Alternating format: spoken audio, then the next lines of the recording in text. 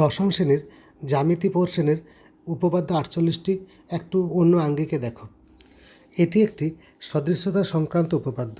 তাই সদৃশ্যতা কি সেটা তোমরা জানো যে সদৃশ্যতা মানে হলো দুটি বস্তু একই শেপের, অর্থাৎ একটি ছোট একটি বড় দেখাতে পারে কিন্তু তারা একই শেপের। একটিকে বড় করলে তার একটিকে ছোট করলে বা বড় করলে তার সাথে দুটি বস্তু মিলে যাবে।